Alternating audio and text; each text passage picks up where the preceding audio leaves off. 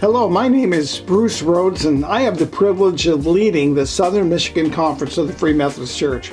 I believe that God is doing a new work in our network of leaders and churches, and I wish to add fuel to the fire by recording some brief videos over the upcoming weeks.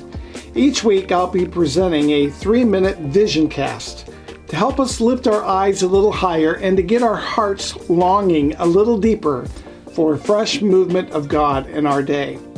Together, we can ignite a spirit-fueled movement in our midst.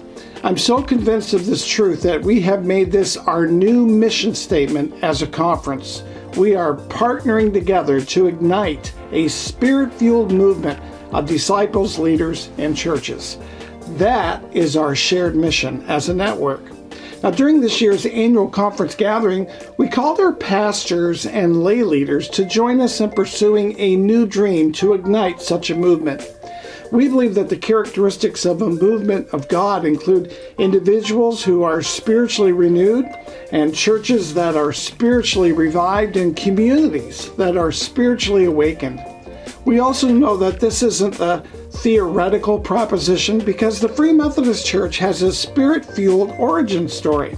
We are recipients of the blessings of the Methodist movement. As a matter of fact, over the past 3 centuries, this movement continues to be one of the most influential social movements in the history of the world. As I shared in my State of the Work report recently, no one could argue that we weren't a spiritual movement years ago, and nobody could claim that we are now.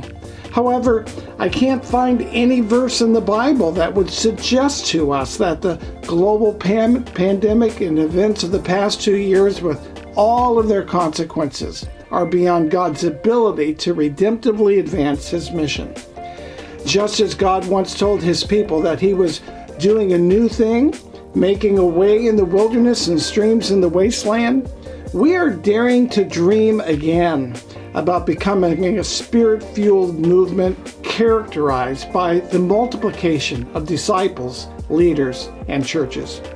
Our dream is for every church to become spiritually renewed and supernaturally empowered.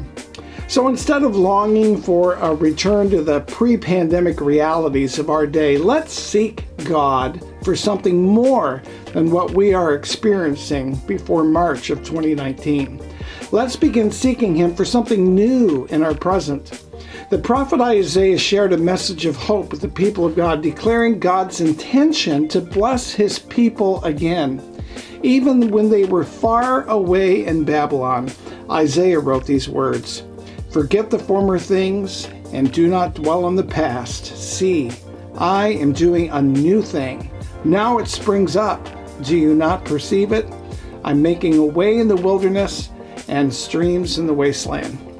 We believe that this is the opportunity that God is giving to us in these days. Friends, let us open our minds to think right, our hearts to love well, and our hands to partner with the Spirit to ignite a fresh, spirit-fueled movement in our day.